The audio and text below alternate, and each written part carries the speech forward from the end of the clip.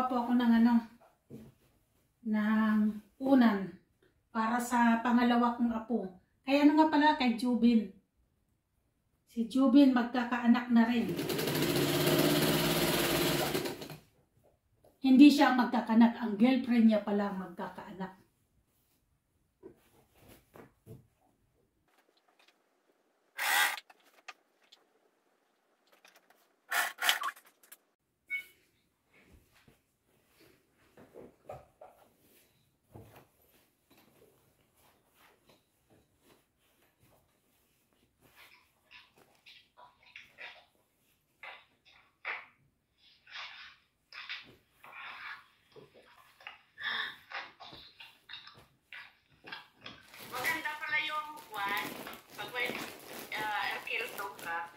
Bakit? Yung swivel. Yes. Tapos, ingba. Lalagain mo at saka lagyan mo ng turmeric. Ay, oo.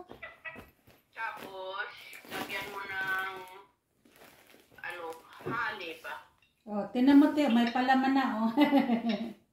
Oo, masarap naman. Kasi may honey siya eh. Hindi mo malanasa yung tawag nito ng turmeric ba? Okay.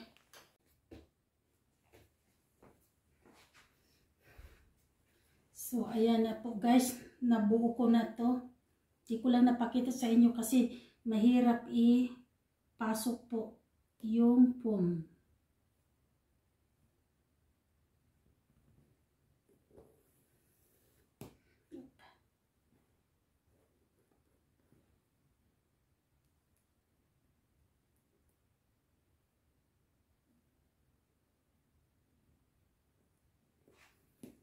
So, kailangan kamayin na po yun dito kasi nga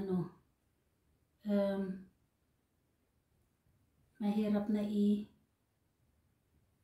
ipasok. Ay,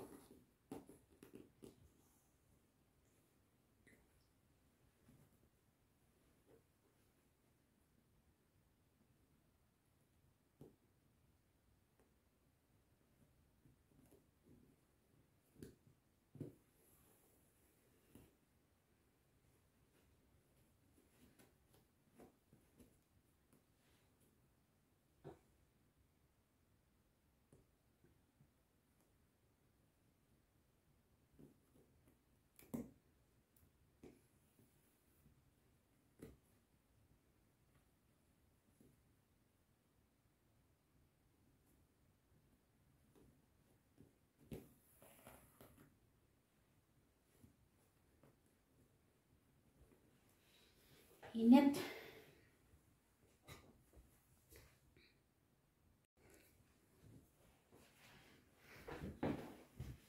So, ayan na po guys. Bali, hiwalay po sila. So, ididikit ko dito.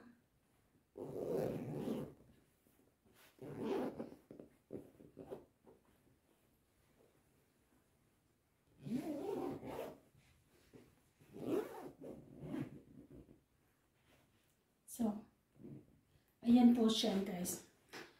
Pagkatapos po, pag wala po ito, Pagkatapos yung habang nagpapadidi po, pwede ilagay po to, tapos pwede ilagay yung baby dito, habang pagtulog na siya. So, at least, double purpose po siya. Yan.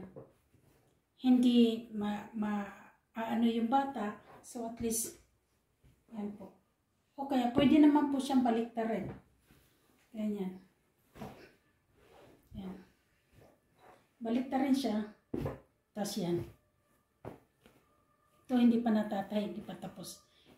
So, ganyan po. Lagay dito ang baby. Yan.